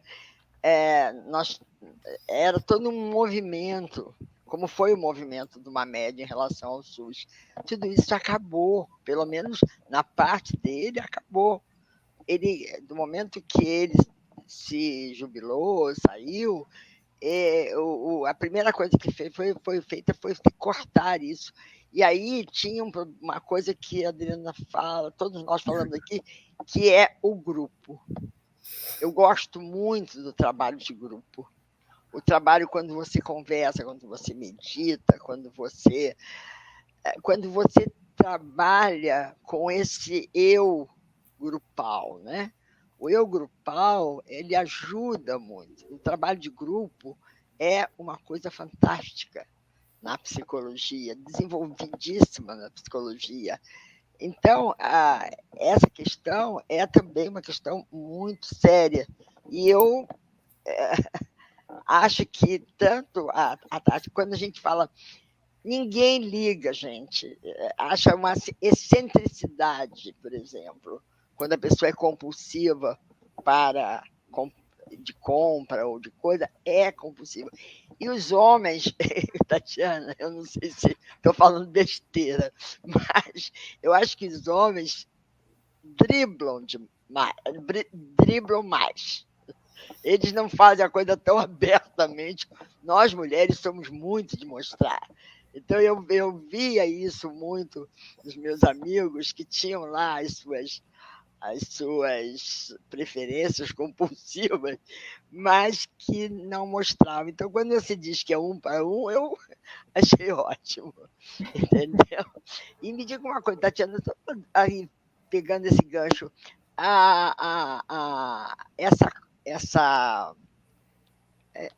Bom, deixa, eu esqueci a pergunta, mas eu estava engatilhada quando você fala da compra, vocês também trabalham a parte da família, né? Porque, mas para valorizar que aquilo é um sintoma. Para valorizar que aquilo é um problema. Que é um problema. E a gente faz o foco do trabalho com a família é fazer o encontro família e paciente acontece. Primeiro tem o grupo só dos familiares, para que eles tragam as angústias, as dores, compreendam o problema, percebam que todo mundo ali está fazendo de tudo e está compartilhando de uma situação comum, de um problema comum. E é muito interessante porque a gente faz o grupo as psicólogas da minha equipe que trabalham com a família fazem um trabalho de que assim, eles têm que escrever uma carta um para o outro, tentando reconhecer o que eles têm de bom. E aí, neste processo, às vezes, eles se reconectam. Tanto pais, filhos, mães, filhos, e filha, marido, esposa, amigo, não importa. E no processo desse encontro, a gente faz uma dinâmica que é sempre em grupo. Acho que o trabalho em grupo é riquíssimo. É riquíssimo. Né? É riquíssimo. Assim, eu acho que é uma das coisas mais incríveis, assim, porque no consultório, eu estou no meu consultório, é individual, não trabalho em grupo aqui, mas o trabalho em grupo, eu sinto que assim, tem as suas vantagens imensuráveis, assim, que a gente faz o time da vida. Então, a gente junta num campo os familiares e os pacientes, e do outro lado é a compra compulsiva. Então, a gente se une para lutar contra o problema. Então, a gente tenta trazer que, assim, aquele familiar não é a compra compulsiva, ele não é o problema, ele tem um problema. E aí a gente traz uma questão de estado, em que eu posso modificar isso. Então, isso é muito saudável, isso é muito positivo. Então, eu vejo que o trabalho é muito... é incrível, assim. A gente sai todos os grupos super emocionada sempre, porque a gente vê quantas pessoas trazem elementos muito importantes, né? E o quanto cada um vai tendo a sua história com a compra, na relação. A gente tem um livro também, que até a revista acho que publicou aí, falando um pouco sobre esse estudo da família, do discurso dos casais, né? Que é justamente o quanto vai se encaixando o problema da compra, ele vai virando uma moeda de troca na relação. Então, quanto mais ele faz aquilo, mais eu gasto. Então, quanto mais eu gasto. E aí, você fala, mas não tem relação, gente. É uma escolha completamente irracional, porque eu estou me prejudicando muito nesse processo, né? Porque quem está sofrendo sou eu. Então, a gente vai trabalhando tudo isso para ajudar as pessoas a se reequilibrarem. A pergunta da Adriana sobre a questão da vergonha, eu acho que linka um pouco com a Érica, né? Que quando falou dessa questão de como perguntar, eu acho que linka também um pouco até com a questão da automutilação, né? Porque eu sou supervisora de estágio da faculdade no último ano, então o que a gente pega de adolescente e automutilação e que os pais não sabem e que tem muita vergonha de falar. Então, acho que a vergonha são dessa questão, porque a automutilação, ela não é... As pessoas entendem muitas vezes que é um sintoma do transtorno borderline, que é uma coisa mais... Não, a gente tem o transtorno da automutilação especificamente, puro ali. Então, e ele é da impulsividade. Tem um grupo lá do nosso ambulatório que trabalha com automutilação, só com adultos, Adriana, não trabalhamos com adolescentes. Mas a questão da automutilação, ela é muito séria e traz tanta vergonha quanto a compra, que é você admitir um fracasso e não resistir à vontade de fazer algo que se torna perigoso para mim mesmo. No caso da compra, se torna perigoso porque eu estou destruindo o meu patrimônio, eu estou quebrando a confiança, eu estou mentindo, eu escondo o que eu compro, eu joguei dentro da bolsa do filho, chega e eu abro pelo correio e peço para o porteiro ser meu cúmplice e não entregar na minha casa e não tocar o interfone. Aí eu já abro no elevador e jogo na lixeira do condomínio. São várias estratégias que vão surgindo desse processo. Na automutilação, eu não mostro, eu escondo, eu uso a manga comprida. É isso mesmo. Né? Porque eu não quero mostrar a minha fraqueza. A minha fraqueza de ter feito algo contra, que é eu fiz algo que é perigoso, de alguma maneira, para mim, para o outro, para a relação, e eu quebro a confiança desse processo. Então, eu penso que hoje, nós profissionais da saúde,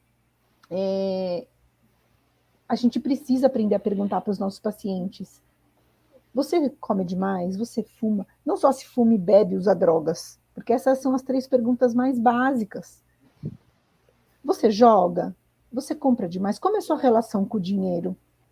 Porque está cheio de gente endividada e muito endividada que vem procurar tratamento porque está ou com crises de ansiedade ou muito depressivas, mas não falam para o psicólogo que o problema é o dinheiro. Porque não se fala sobre dinheiro. O dinheiro não é um tabu na sociedade, né? Então, você pergunta para o paciente se ele se automutila, não, às vezes você descobre lá na frente. E aí você tem uma série de coisas. Os adolescentes, esse compartilhar de informações dos adolescentes também, que eles já vivem no grupo, né? Então, assim, os adolescentes, eles já compartilham as coisas boas e ruins nos grupos. Então, a gente tem que olhar para isso. Porque às vezes é um amiguinho da escola que vai contar para alguém, que contou para a psicóloga, que contou para o professor, que o colega está machucado. Então, a escola precisa ter esse espaço de acolhimento. Nós, quando recebemos um paciente, a gente tem que aprender a perguntar. Eu fiz um trabalho com os super endividados do Procon aqui de São Paulo, que foi um trabalho que eu avaliei quase 300 pessoas que se inscreveram para o tratamento de superendividamento lá no Procon. Então, eu avaliei a parte de saúde mental em relação à dívida e tudo mais. Dessas quase 300 pessoas, 80% preencheu o critério para estar com sintomas de depressão e ansiedade. Isso é um número muito alto. Muito alto. Porque dessas, quantas eram compulsivas por compras, que preencheram critérios para compras compulsivas, acho que foram 26%. É alto também. Mas nada comparado com pessoas que estão super endividadas e que o impacto na saúde mental é imenso. E que o cara perde concentração, não dorme direito, não tem lazer, fica irritado, deprimido, briga com a família. Aí não trabalha bem, perde o emprego, aí piora toda a situação. Aí ele vai para o SUS, ele fica afastado, toma remédio, pega onera. Então, o endividamento hoje, ele tinha que ser visto como um problema de saúde pública. Perfeito. E que impacta na saúde mental. Não tem dúvida. Né?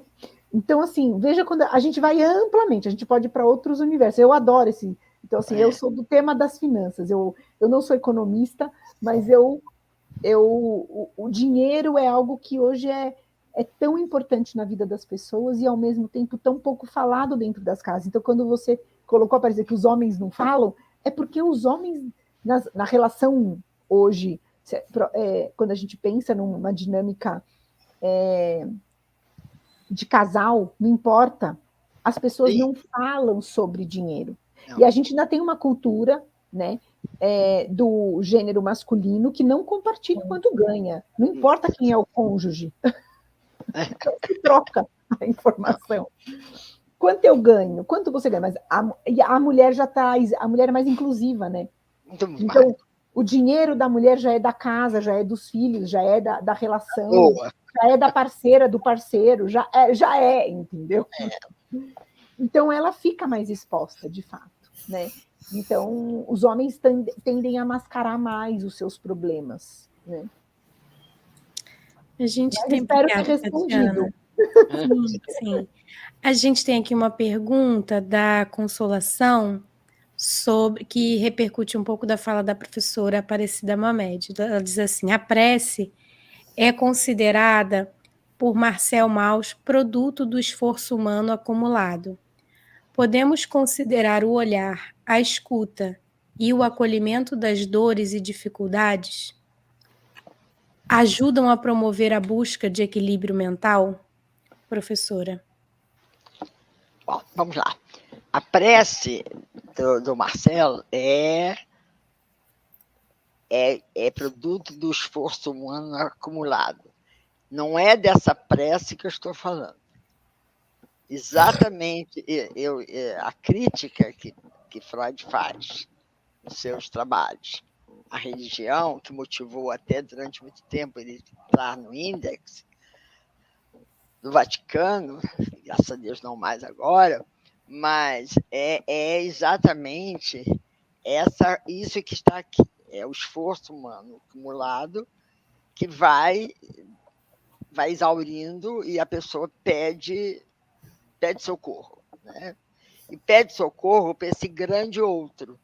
Lacan fala esse grande outro, né? Quer dizer, que é o grande pai dos lacanianos. Esse grande outro, o grande olho, o grande pai, sempre tem esse que teria o poder mágico de acabar.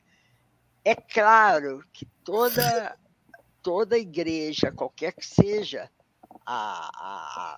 se cristão não, todas elas que se apoiam em ritos,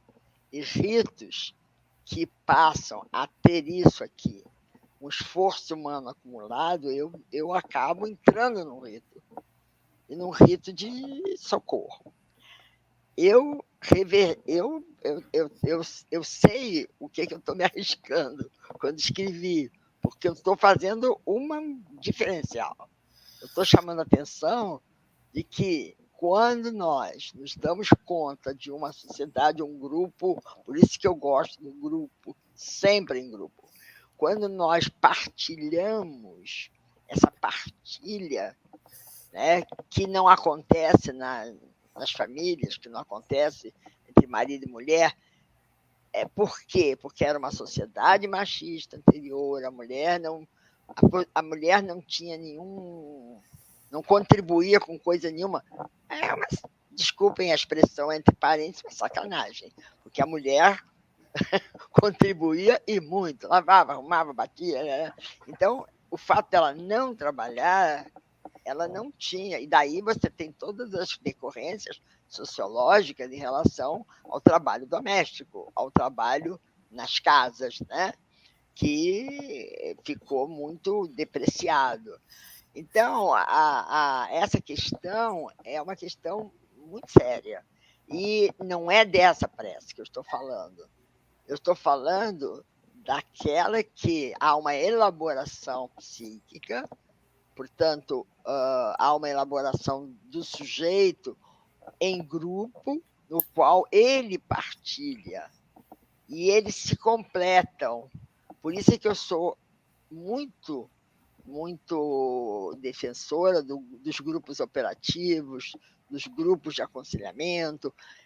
Eu trabalhei durante muitos anos com jovens de diferentes igrejas, judias, cristãs, pentecostais, católicas, enfim, de diversos ritos, né? E toda o que a gente via de bom é que, na medida que nós formávamos aquele grupo, as pessoas, não é que elas se consolassem, mas elas se completavam. Então, é todo o princípio de Pichon Rivière, com os grupos operativos, né? Que vem da Gestalt, que vem das teorias estruturalistas na psicologia. Então, é uma questão que eu acho que realmente, né, consolação, né? O que, na verdade, quando você tem uma pessoa que vem, quer dizer, que uma pessoa transborda, que não aguenta mais e pede socorro, mas um socorro por um ente divino, ou que um grande pai, para mim, não é eficaz no sentido de chegar à saúde mental. Estou falando de saúde mental. Por quê? Porque quando ele está em grupo, o grupo fortalece. E juntos nós somos muito. Nós podemos muito. E vocês estão vendo aí todas as mudanças que estão se dando, do pequenininho, da questão da denúncia, do problema das minorias, tudo isso por quê? Porque nós estamos nos sentindo fortes. Eu me sinto perfeitamente à vontade, eu com os meus 87, estar com um jovem de 19, estarmos juntos nessa conversa. Domingo foi uma conversa super amistosa com 3 mulheres de 30 e tantos anos na minha casa. 3 mulheres de 30 e tantos e eu de 87, sendo anfitriã. A nossa conversa foi incrível e elas me ensinaram muito e eu passei a minha experiência para elas também. Mas, nesse momento, nós éramos seres humanos e eu acho que estávamos em oração. É aí que eu me bato, nesse sentido, de que assim nós somos mais fortes. O ser humano sozinho, ele é frágil. Aliás, não é só o ser humano, né? Bom, mas é isso. Aparecida, eu quero ser que nem você quando eu chegar nessa idade, gente. Trabalhando, falando, conversando com todo mundo. Tati. Eu amo o que eu faço. Eu também Olha, amo. que orgulho, gente. Nunca ia te dar. 87 anos, nunca nessa vai partindo para 88. Nunca. Eu fiz 45 essa semana.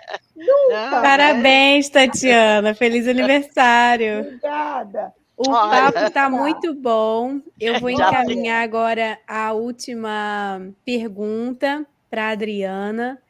Ela fala sobre o apoio e o acolhimento da Consolação Lucinda também. E a gente já vai se encaminhando. Aí, Adriana, depois que você responder, você já pode também as palavras de despedida, que a gente já está encaminhando para o final, e depois eu passo para as outras convidadas se despedirem também. A Consolação pergunta o seguinte: o apoio e o acolhimento... é um comentário, parece... é o apoio e o acolhimento proporcionado pelas experiências são inspiradores e ajudam a pensar saídas para o enfrentamento de situações que, se não acompanhadas, se tornam ainda mais complexas, né? Se você quer repercutir esse comentário da Consolação. Então, eu queria aproveitar esse momento até para falar o seguinte: a gente, sempre que possível, né, trabalha em grupo. Até a Aparecida estava falando, eu acho o grupo fantástico, e eu trabalhando, dando aula, é o coletivo, e faço trabalho muito com dinâmicas e tudo. Mas queria colocar só o seguinte: muitos adolescentes, né, eles estão, assim, às vezes tão fragilizados que eles não se posicionam, não têm coragem de dar uma única palavra em grupo. Não querem, e já até me perguntam antes se vai ter compartilhamento de experiência. Tá o medo e a coisa. Então, esse é o tipo de situação em que ele só vai começar a falar um pouquinho se ele tiver uma oportunidade comigo ali, a dois, porque é também um encontro com o outro, né? Não é uma coisa... E a partir desse momento de estar falando para mim, né, a dois ali, no encontro com o outro, é que ele pode começar a se fortalecer um pouquinho para poder compartilhar, porque infelizmente, tem muitos que não conseguem se colocar minimamente num grupo, nada, não dão uma palavra, não querem nem se apresentar, absolutamente nada.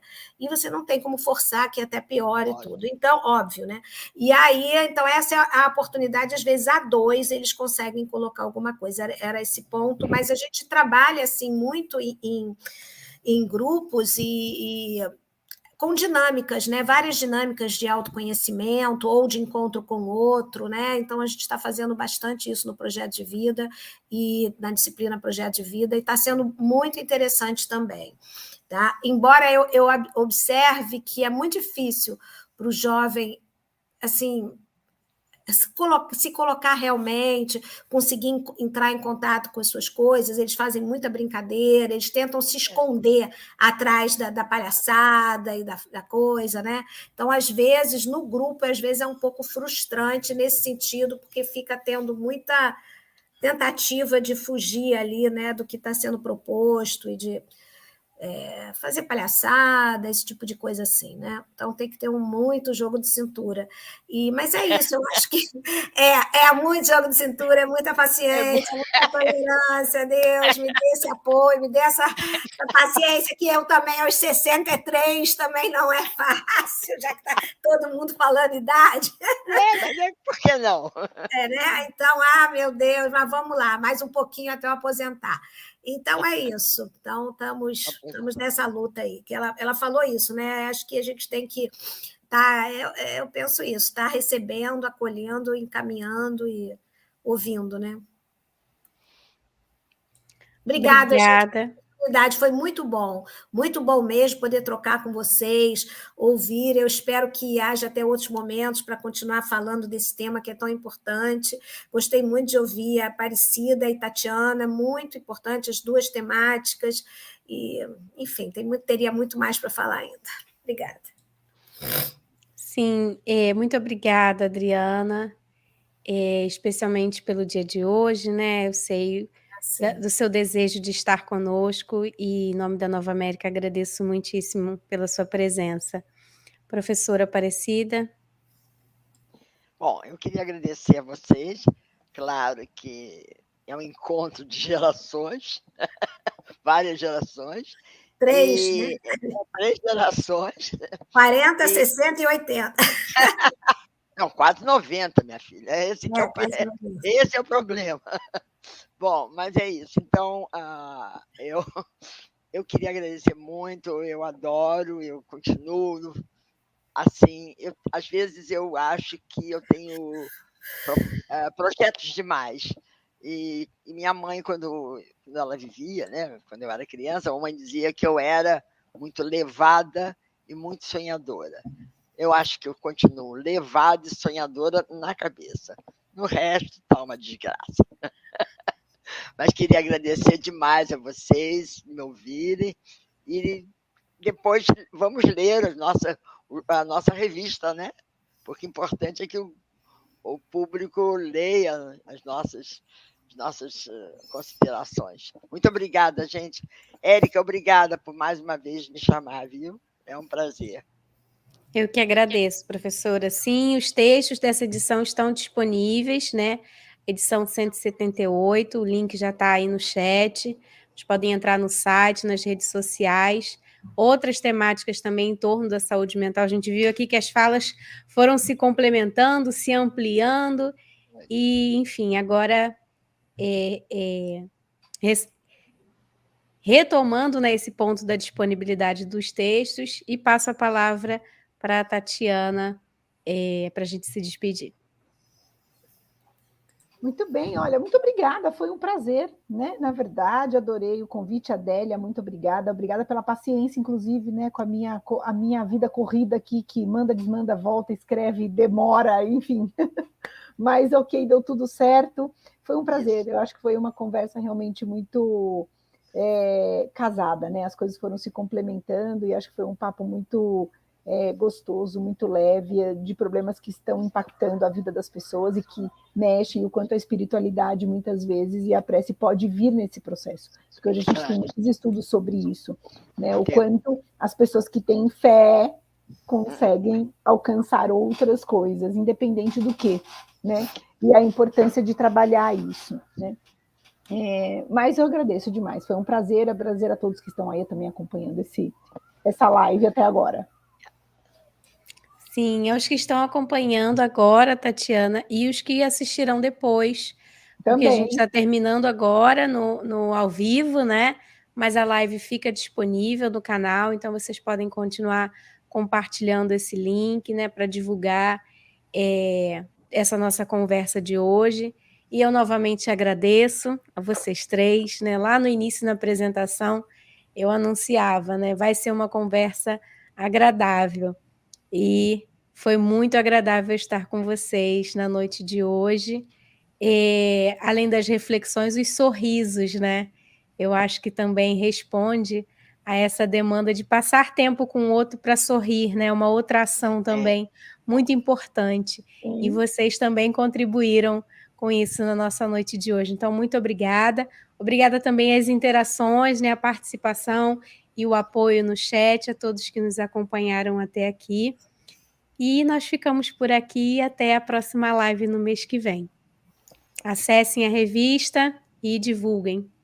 Um abraço. Um abraço a todos. Obrigada. Tchau, tchau. Obrigada. Tchau, tchau. Obrigada.